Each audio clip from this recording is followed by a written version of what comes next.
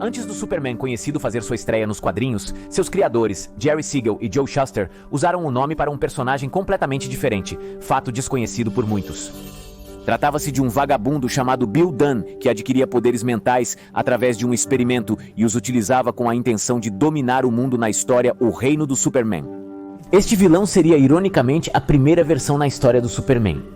Jerry e Joe decidiram mudar completamente a trajetória de seu personagem. Uma de histórias cheias de heroísmo e justiça social, mas este curioso relato funciona muito bem para apontar como personagens que hoje consideramos icônicos e imutáveis realmente são o produto de muitas mudanças e às vezes têm uma origem muito diferente do que acabaram sendo. Assim começa o artigo Podem os super-heróis matar? Da revista Inverse, uma edição que teve como editor convidado nada mais, nada menos que Zack Snyder e se concentra em nos falar sobre como a moralidade da chamada trindade da DC, Superman, Batman e Mulher Maravilha tem mudado com o tempo. Mas será que os super-heróis realmente podem usar força letal? O que há de verdade nisso? Abordaremos esse assunto no vídeo. Vamos nos basear neste artigo editado por Zack Snyder e escrito por especialistas em ética e história dos super-heróis.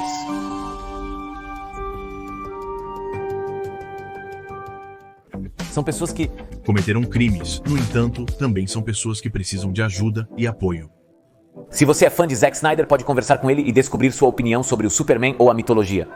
A mitologia é uma forma de arte muito interessante. Eu gosto da maneira como os mitos exploram os conflitos humanos. Ou até mesmo perguntar à Mulher Maravilha se ela sairia com o Batman. O artigo inicia falando sobre o Superman e um fato curioso sobre ele. Todos nós temos uma noção de como o Homem de Aço deve ser, desde os fãs mais dedicados até aqueles que nunca leram um quadrinho, mas o reconhecem pelos filmes como parte da cultura pop. E todos acreditamos que nossa versão é a correta. Por exemplo, muitas pessoas relacionam o Superman com o patriotismo americano graças a capas e imagens como esta, já que durante anos o slogan oficial do personagem dizia que lutava pela verdade, justiça e o estilo de vida americano. Porém, vale ressaltar que o Superman inicialmente era bem diferente. Em sua estreia nos quadrinhos, ele salvou uma inocente injustiçada pelo sistema e confrontou um senador desonesto. Na segunda edição, ele obrigou um fabricante de armas a se alistar no exército para presenciar os horrores da guerra. Na terceira, prendeu os ricos donos de uma mineradora em suas próprias minas para que vissem as péssimas condições de trabalho impostas aos funcionários. Ele era um herói popular que se opunha à elite e ao governo. De acordo com o historiador Ed Gross, isso ocorreu porque os Estados Unidos da América estavam saindo de uma grande depressão econômica, então as pessoas precisavam de um campeão dos oprimidos, alguém capaz de defendê-las das elites milionárias e da classe política. Porém, logo após, na Segunda Guerra Mundial, o personagem tornou-se um símbolo de poder patriótico e foi usado como propaganda. Um lugar do qual teve muito trabalho para sair, pois muitos ainda o associam a essa fase, apesar de ter agido diferente por décadas. Mas se você prestar atenção, o que o artigo nos diz é que a moralidade do Superman mudou muito ao longo dos anos. Porque nessas primeiras histórias, o vemos agindo de maneira muito mais violenta do que estamos acostumados, o vemos forçando criminosos a realizar certas ações para que aprendam uma lição moral, o vemos destruir a propriedade privada de alguns milionários se eles sentir que não beneficiam o povo, e até mesmo o vemos agindo de maneira impiedosa com alguns criminosos que muito provavelmente morrem entre os painéis. Nos primeiros quadrinhos, o Superman não se incomodava com a morte dos criminosos. Portanto, o artigo menciona que em 1939, a única diferença entre Superman e Batman era que este último usava uma pistola e o Superman não. E isso é verdade. Quando você lê os primeiros quadrinhos de cada personagem, percebe que ambos eram muito violentos com os criminosos. Ambos agiam fora da lei e nenhum deles mostrava remorso quando algum criminoso morria acidentalmente ou não tão acidentalmente. Hoje em dia temos frases muito icônicas, como aquela do quadrinho Rush, onde Batman diz: "No fundo, Clark é essencialmente uma boa pessoa, e no fundo, eu não sou."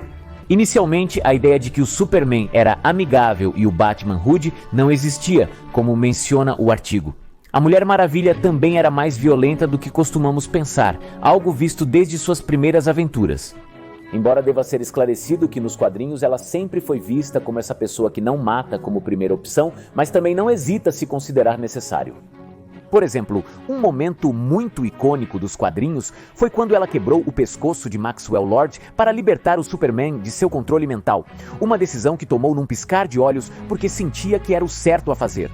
Assim, ela difere muito do Batman ou do Superman. Como menciona o artigo, não é que ela tenha uma regra de não matar, mas sim que prefere não fazê-lo. Mas enfim, quando esses personagens começaram a mudar?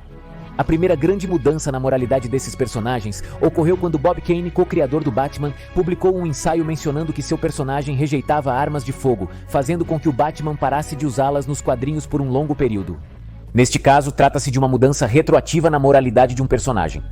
Algo que se mantém mais ou menos de maneira constante, já que a maioria das versões do Batman continua sem usar armas de fogo, pois o Cavaleiro das Trevas considera que foram essas armas que tiraram sua família dele.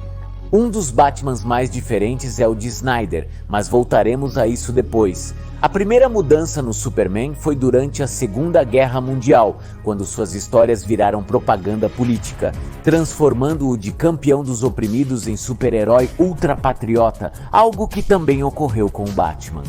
Após a guerra, os quadrinhos da Trindade passaram por censura focando em comédia e ficção científica infantil. Posteriormente, cada personagem seguiu um caminho moral distinto. Os quadrinhos do Superman, por um lado, introduziram os Kent, os pais adotivos de Clark, que o criaram para ser uma boa pessoa através do exemplo. Esta nova versão do Superman parecia mais calorosa e humana do que a versão que vimos inicialmente do personagem, que originalmente havia sido criado em um orfanato. Dessa forma, o Homem de Aço começou a ser escrito como este personagem que sempre faz a coisa certa e sempre busca a melhor maneira de resolver os problemas, respeitando as regras e as figuras de autoridade, mesmo que nem sempre concorde com elas. O que posteriormente foi criticado através do quadrinho The Dark Knight Returns, onde Frank Miller o retratou basicamente como um agente do Estado. No entanto, em anos recentes, vimos ele renunciar à cidadania americana e apoiar abertamente protestos contra o governo. Superman voltou a ser um personagem que desconfia de políticos e principalmente de milionários, o que é parte do personagem desde o seu início. Batman, por outro lado, voltou a ser um personagem mais sombrio e se tornou o que Mark D. White, professor de filosofia na Universidade de Staten Island, especializado em ética de super-heróis, chama de consequencialista, ou seja, alguém que toma decisões morais calculando os melhores ou menos negativos resultados em cada situação. Nessa perspectiva, é compreensível que ele ocasionalmente oculte informações da Liga da Justiça ou de sua família, se acreditar que isso resultará em um bem maior. Porque em sua mente, por exemplo, é mais importante ter planos para incapacitar cada membro da Liga do que ser honesto com eles. Porque ele crê que as consequências da Liga se tornar maléfica superam a perda da confiança deles. Porém, ele também cita que o Batman é um consequencialista parcial. Apesar de tudo, ele geralmente segue sua regra de não matar. Já a Mulher Maravilha segue focada nos resultados, mesmo com métodos nem sempre aprovados pelos colegas. E é que nesse sentido, segundo o próprio Marcus D. White, dos 3 membros da Trindade, ela é quem tem mais possibilidades de resolver os problemas a longo prazo. Nas suas palavras, se um grande iate está afundando, o que cada um deles faria? Superman diria que obviamente o salvaria. Batman diria que tecnicamente não há crime sendo cometido, mas ele concordaria. A Mulher Maravilha diria que sim, mas conversaria com os responsáveis pela manutenção enquanto realiza a tarefa. Este artigo propõe que os personagens da Trindade da DC, assim como muitos outros dos quadrinhos, tiveram grandes mudanças morais ao longo dos anos, e cada um deles tem ideias ligeiramente diferentes do que é certo e errado. O Batman dos quadrinhos geralmente não mata, mas várias versões cinematográficas parecem não ter problema com isso. Por exemplo, o Batman de Michael Keaton claramente usa força letal em várias partes do filme, enquanto o de Christian Bale não mata, mas também não sente a obrigação de salvar quem não quer. O que também não me parece muito moral da parte dele. Finalmente, o Batman de Ben Affleck tem um Batmóvel cheio de armas, considera-se um criminoso e não tem nenhum problema em usar a força letal como primeira opção. Mas então isso significa que os super-heróis são seus inimigos? Ao falar sobre a Trindade da DC, acredito que a resposta certa não seria a primeira opção. No caso do Superman e Batman, eles têm regras morais que os impedem de matar, enquanto a Mulher Maravilha prefere não fazer isso, mas está mais aberta à ideia. Isso indica que a força letal é um último recurso, não uma prática comum ou rotineira.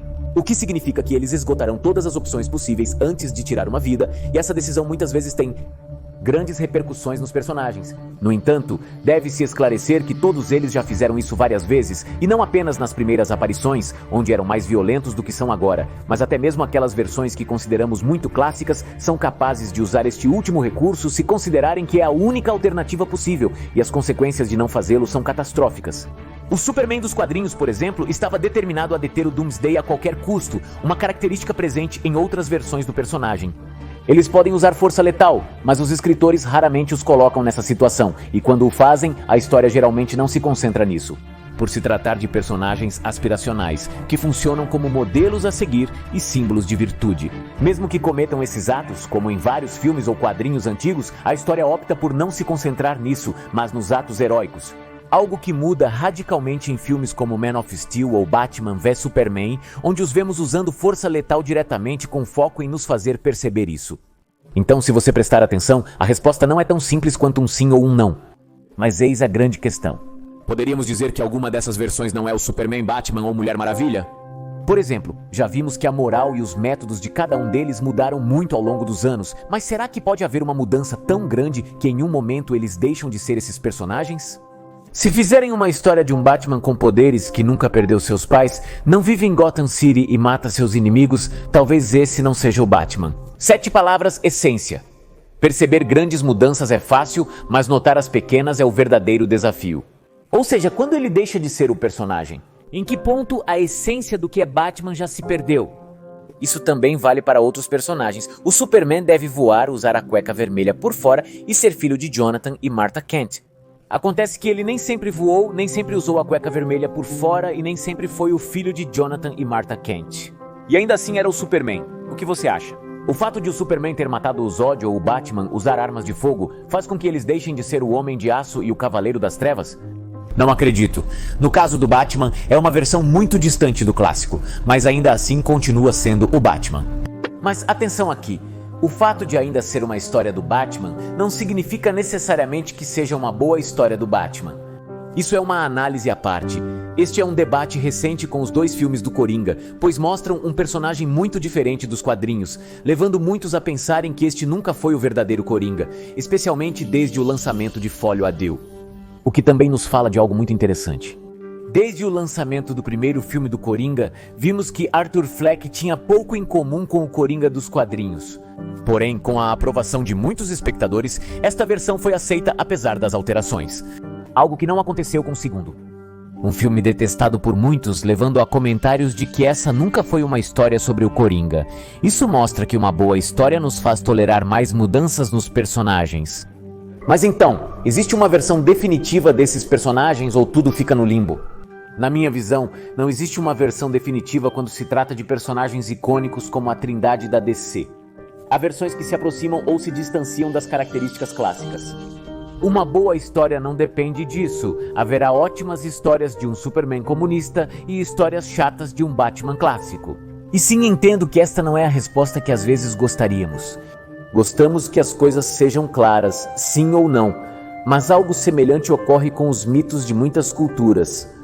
Como foram escritas por muitas pessoas ao longo dos anos, há diferentes versões de personagens como Thor ou Zeus, onde suas características nem sempre são compatíveis. Mas isso é algo que amo nas histórias de super-heróis, que não há uma versão definitiva, e que as características mais clássicas, aceitáveis ou reconhecíveis são aquelas que passam o teste do tempo e ficam no imaginário coletivo. Hoje todos sabemos que o Superman voa, embora inicialmente ele não voasse. Então, se olharmos desta maneira, acredito que as versões que Snyder fez em seus filmes são versões válidas do personagem. No entanto, a qualidade, como mencionei, deve ser analisada separadamente. A edição da revista Inverse menciona uma frase muito correta de Zack Snyder. Embora frequentemente consideremos os quadrinhos e super-heróis como escapismo ou entretenimento, sugiro que você olhe mais a fundo. Por trás dos painéis coloridos e personagens extraordinários, jaz um rico mosaico de nossa cultura e tempos modernos. Os quadrinhos se tornaram nossa mitologia, desconstruindo temas sobre sexualidade, violência, moralidade e política. Apesar de suas falhas, ainda sou muito fã de Snyder como diretor. Não apenas porque ele não abandona o tema que ama, apesar das constantes zombarias da internet, mas porque é um dos poucos diretores que ainda nos convida a levar os personagens muito a sério. E isso realmente para mim vale muito.